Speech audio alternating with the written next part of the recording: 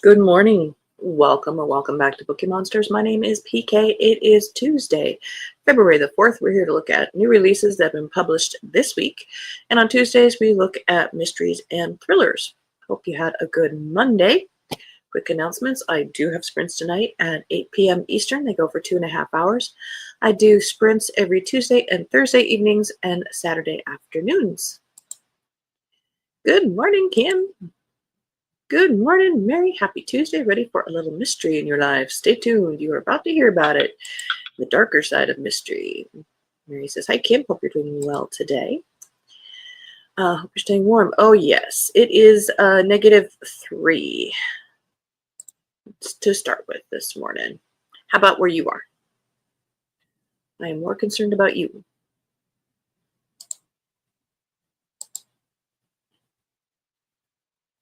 All right. Darker, not non-cozy side of mysteries. Starting off with J.D. Robb. Yes, I do have this one. This is book number 60. J.D. Robb, who is Nora Roberts, but this is her police procedural set in the future. Bonded in Death. His passport read Giovanni Rossi, but decades ago, during the Urban Wars, he was part of a small secret organization called the 12. Responding to an urgent summons from an old compatriot, he landed in New York and eased into the waiting car and died within minutes. Lieutenant Eve Dallas finds the Rossi case frustrating. She's got an elderly victim who just arrived from Rome, a widow who knows nothing about why he'd left, and an as yet unidentified weapon, and zero results on facial recognition. But when she finds a connection to the urban wars of the 2020s, she thinks Somerset, fiercely loyal, is, if somewhat grouchy, major domo, and the man who'd rescued her husband from the Dublin streets may know something from his stint as a medic in Europe back then. When Somerset learns of the crime, his shock and grief are clear because, as he eventually reveals, he himself was one of the 12. It's not a part of his past he likes to revisit, but now he must, not only to assist Eve's investigation, but because a cryptic message from the killer has boasted that others of the 12 have also died. Somerset is one of those who remain, and the murderous mission is yet to be fully accomplished. I personally love that series.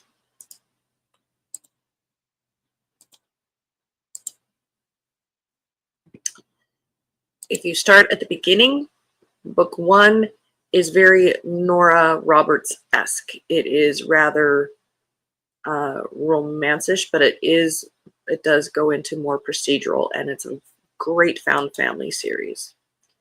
Kim says she's pretty good. Hope you are as well. Ray says, hope it's supposed to warm up today, and then on Wednesday, freezing rain. It is a seesaw weather year so far. Yeah, here too. Can you imagine writing 60 books, and that is only as J.D. Robb? Indeed. I wonder how many Nora Roberts books there are, too. Incredible. I'm wondering when she passes, because she's in her 70s or 80s, how many unpublished works we will find, because she just cranks them. Came mid to upper 70s here this week, back to mid 60s next week. That sounds lovely. Saint of the Narrow Street by William Boyle. This is for fans of The Sopranos, Jonathan Lethem, and Dennis Lehane. Gravesend, Brooklyn, 1986. Risa Franzoni lives in a ground floor apartment on Saint of the Narrows Street with her bad seed husband Severio and their 8-month-old baby Fabrizio. On the night Risa's younger sister Julia moves in to recover from a bad breakup, a fateful accident occurs. Risa, boiled over with anger and fear, strikes a drunk erratic Sav with a cast iron pan, killing him on the spot. The sisters are left with a choice: notify the authorities and make a case for self-defense, or bury the man's body and go on with their lives as best they can. In a moment of panic, in the late hours of the night, they call upon Sav's childhood friend, the sweet, loyal Christopher Cooch Gardini, to help them, hoping they can trust him to carry a secret like this. Over the vast expanse of the next 18 years, life goes on in the working-class Italian neighborhood of Gravesend as Risa, Julia, Cooch, and eventually Fabrizio grapple with what happened that night, a standout work of character-driven crime fiction, etc., etc.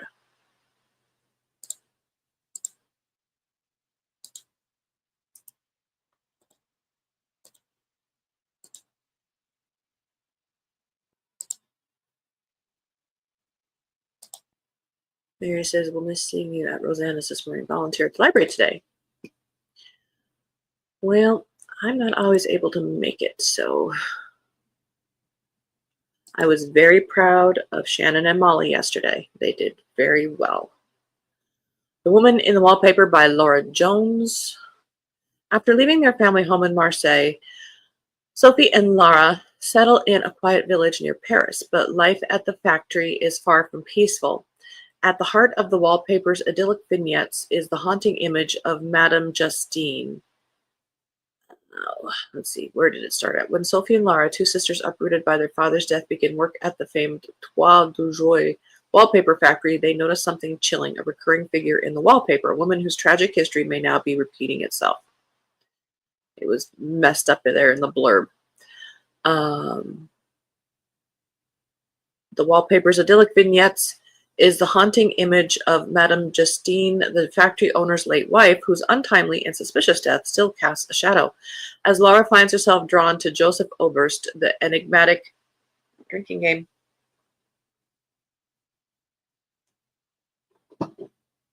son of the factory owner, unsettling parallels emerge between her life and the tragic events depicted in the wallpaper. Dreams turn dark, suspicion deepens, and Laura begins to feel that her fate may be inextricably tied to the ill-fated Justine. Perfect for fans of Kate Quinn and Ariel Lane.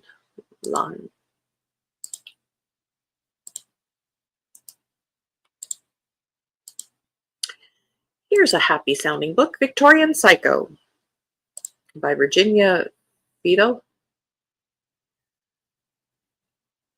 Oh, she wrote Mrs. March. Gotcha.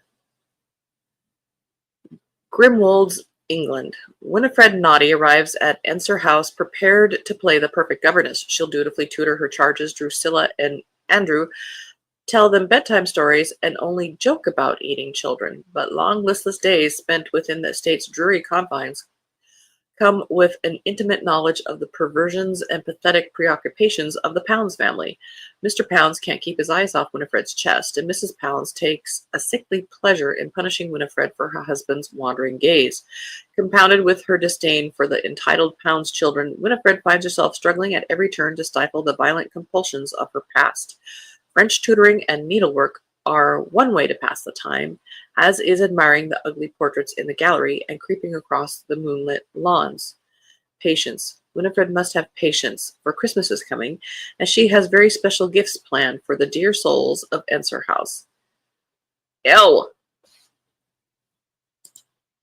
Gothic-y. End of row one.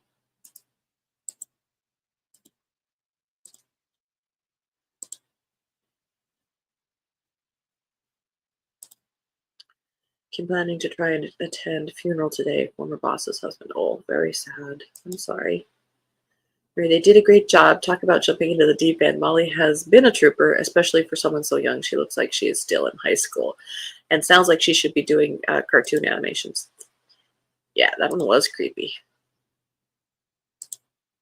A Killing Cold by Kate Alice Marshall. A whirlwind romance. When Theodore Scott met Connor, wealthy, charming, and a member of the powerful Dalton family, she fell in love in an instant.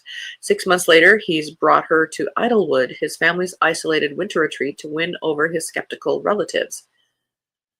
Stay away from Connor Dalton. Theo has tried to ignore the threatening messages on her phone, but she can't ignore the footprints in the snow outside the cabin window or the strange sense of familiarity she has about this place. Then, in a disused cabin, Theo finds something impossible, a photo of herself as a child, a photo taken at Idlewood. I've been here before. Theo has almost no recollection of her earliest years, but now she begins to piece together the fragments of her memories. Someone here has a shocking secret that they will do anything to keep hidden, and Theo is in terrible danger because the Daltons do not lose, and discovering what happened at Idlewood may cost Theo everything.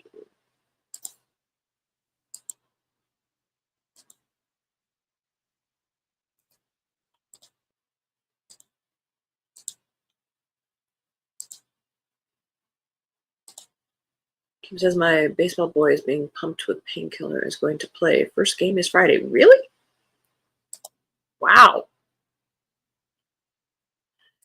They never did get it was his shoulder, right? Oh, honey. But I'm sure he's determined. A Long Time Gone, but that's early for baseball. A Long Time Gone by Joshua Mailing, third in the Ben Packard series.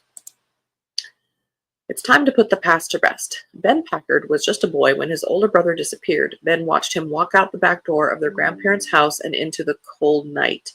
His brother was never seen again. Decades later, Deputy Packard finds himself with too much time on his hands. A shooting has him on leave and under investigation. All he can do is dwell on the past. For the first time in years, new information about his brother has surfaced that may lead them to the location of a body. The midwinter ground is frozen solid. Worse, Packard is cut off from the department resources. As he strikes out to finally uncover the truth behind his brother's disappearance, he stumbles on a separate suspicious death. A tenuous connection exists between the two cases, and as Packard starts to dig, he meets fierce resistance from friends and foes alike who want him to stand down. The winter is long and cold. By the end of it, Packard will risk everything to catch a killer and reveal the shocking truth about his brother.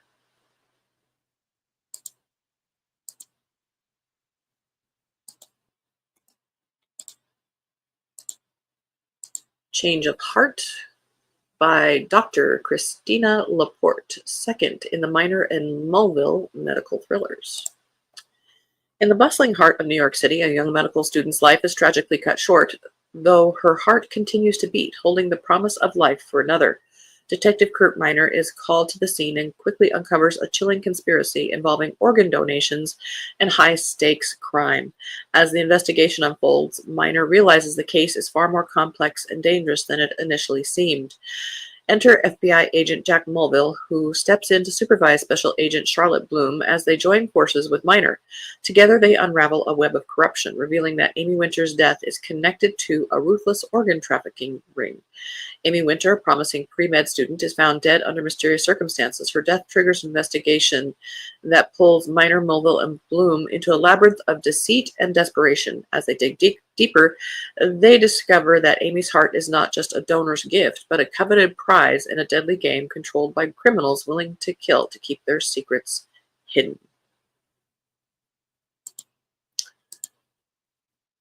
It is a big business. Dark Vector. Have I mentioned this is the darker side of crime fiction? Yeah. Dark Vector by Warren Larson, first in David Slayton and True Miller series.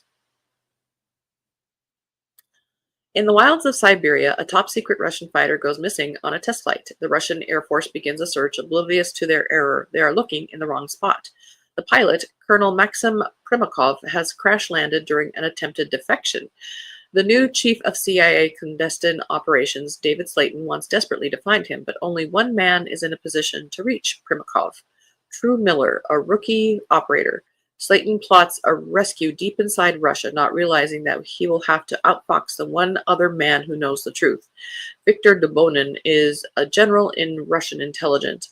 His search for Primakov is deeply personal, and if he doesn't succeed, it will cost him his life.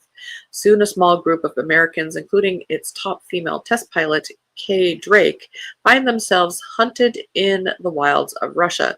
Their survival will depend on one thing: just how resourceful and lethal they can be. Sounds almost like Hunt for the Red October. End of that row.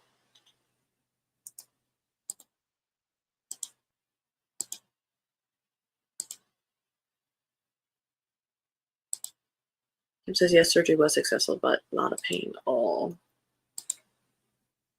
that's sad. I'm sorry. Dead in the Frame by Stephen Spotswood, fifth in the Pentecost and Parker mysteries. New York City, 1947. Wealthy financier and ghoulish connoisseur of crime, Jessup Quincannon is dead, and famed detective Lillian Pentecost is under arrest for his murder. Means, motive, and a mountain of evidence leave everyone believing she's guilty. Everyone, that is, except Willow Jean Will Parker, who knows for a fact her boss is innocent. She just doesn't know if she can prove it. With Lillian locked away in the House of D, New York City's infamous women's prison, Will is left to root out the real killer. Was it a member of Quincannon's murder-obsessed Black Museum Club? Maybe it was his jilted lover, or his beautiful, certainly sociopathic bodyguard. And what about the mob hitman who just happened to disappear after the shots were fired? With the city barreling toward the trial of the century, each day brings fresh headlines and a hint of long-buried secrets from Lillian's past. Will is desperate to get her boss out from behind bars before her reputation is destroyed, because the House of D is no kind place, especially for a woman with multiple sclerosis, or one with so many enemies. Her health failing and being targeted by someone who wants her dead, Lillian needs to survive long enough to take the stand.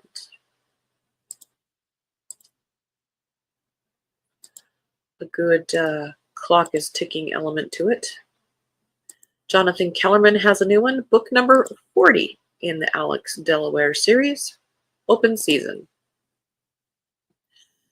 People come to Los Angeles to chase their dreams. Sometimes they find themselves cast into a nightmare, and sometimes the most ardent dreamers turn out to be the most vicious monsters. The body of an aspiring actress is found dumped near a hospital emergency room. She's been drugged and murdered, and the motive for the callous crime remains maddeningly out of reach. Until a prime suspect materializes, another Hollywood hopeful, only to be shot dead by a sniper using a weapon that turns out to have been cataloged in a previous murder. And another before that. It's not long before more bodies begin piling up. What makes the murderous spree baffling is the apparent lack of connection among the victims. Is this the work of a random thrill killer, the toughest of all cases to unravel? But as Alex and Milo dig deeper, they're faced with an even naughtier scenario, a highly complex killer with deep-seated motivation that will require all of their highly honed skills to decipher. Robert Parker's estate has a new one. Written by Christopher Farnsworth. This is in the Jesse Stone series. That's a good one. This is called Buried Secrets. Just another day in paradise. Chief of Police Jesse Stone is on his way home from a long shift when a call comes in for a welfare check of an elderly resident of the wealthy seaside town of Paradise, Massachusetts.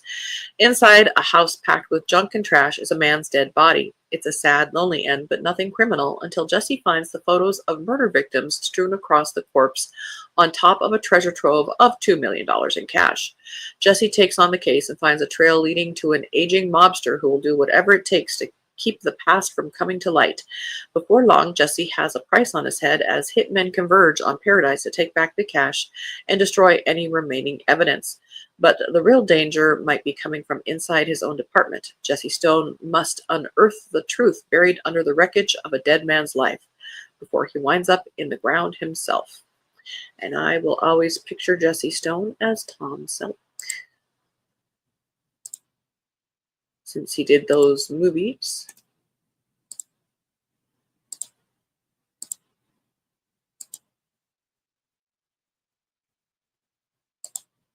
He's determined to at least try and play his senior year. Oh goodness, I hope he doesn't do anything like permanent.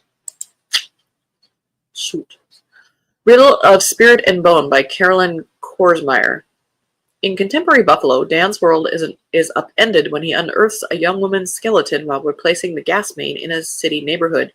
Using the meager clues available, he and his archaeologist friends embark on a quest to piece together the mystery of her death. In 1851, the newly widowed Madeline Talmadge and her orphaned nieces, Jane and Lydia, seek the aid of a cunning spiritualist, Alexander Dodge Lewis. Lewis leads them on a perilous journey from one seance to the next, attempting to summon the spirit of Madeline's late husband and promoting Lydia's latent abilities as a medium. Jane, suspicious of his motives and fearful of his influence, seeks to disentangle her aunt and cousin from Lewis's beguiling sphere with dire consequences. As the past collides with the present, layers of time peel back to reveal long-buried secrets of loss, love, and murder. Alongside its riveting plot, This book offers subtle rumination on what can be observed, what can be known, and what can be trusted. I don't like any covers that have skeletons on them or skulls. I don't know, just me. End of that row.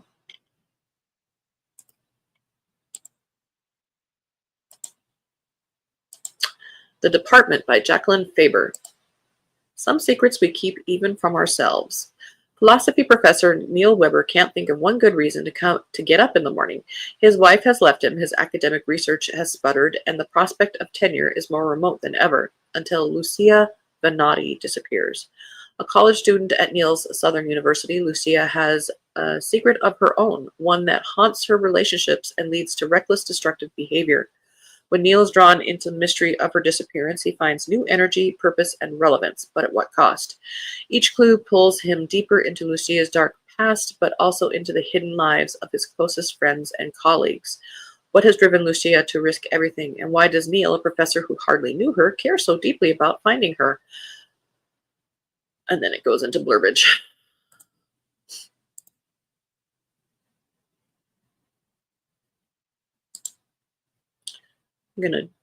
Got time maybe for one more. I'm going to jump down to this historical. The Librarians of Lisbon, a World War II story of love and espionage by Suzanne Nelson. The romance of Casablanca meets the spy world of Ian Fleming. It is described as Lisbon, 1943. As two American librarians are drawn into a city of dangerous subterfuge and unexpected love affairs, they are forced to choose between their missions and the men they love, inspired by real historical figures, blah, blah, blah. World War II rages Europe. Lisbon stands alone as a glamorous city on the brink of chaos, harboring spies trading double-edged secrets. Among them are Celine Delmont and Beatrice Sullivan, Boston librarians turned Allied operatives. Officially enlisted to collect banned books, both women are undercover agents tasked with infiltrating the Axis spy network. Victory is not guaranteed. Soon they're caught up in games of deception with two of Lisbon's most notorious men, the outcast Portuguese baron Luca Caldera and the lethal spy codenamed Gable. As Celine charms her way through lavish ballrooms with Luca, the more bookish Bee is plunged into Gable's shadowy world of informants. But when a betrayal unravels a carefully spun web of lies, everything they fought for is thrown into jeopardy. As Celine and Bee are pushed to their breaking points, can their friendship and their hearts survive the cost of war? How about their lives? That too. All right, so that is all we have time for. You think so? Yeah, I'm sure people tried to talk to him about it. Kim, have a great day, y'all. Indeed, you too. You too, Kim. Good luck to your son as he plays. Yep. And you have a good time doing your volunteering. Thank you. Thank you. All right. So, yes, we do have sprints tonight at 8 p.m. Eastern. Tomorrow we will look at romance. Everybody stay safe, stay warm, read good books, and as the banner says, don't be a bookworm, be a Bookeemonster. Nom nom nom. Have a good day and God bless.